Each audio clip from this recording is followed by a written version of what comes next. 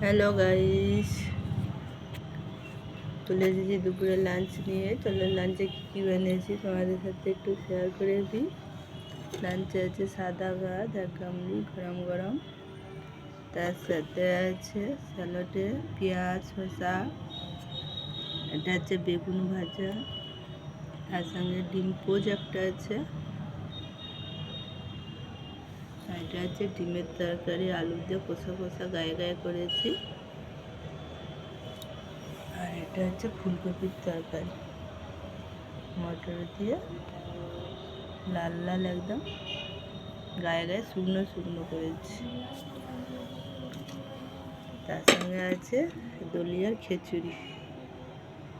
কালারটা দেখতে পাচ্ছ কত সুন্দর হয়েছে। মটর আছে, গাজর আছে, শিমলা মির্চি আছে। এই হচ্ছে আজকে আমাদের দুপুরের লাঞ্চ।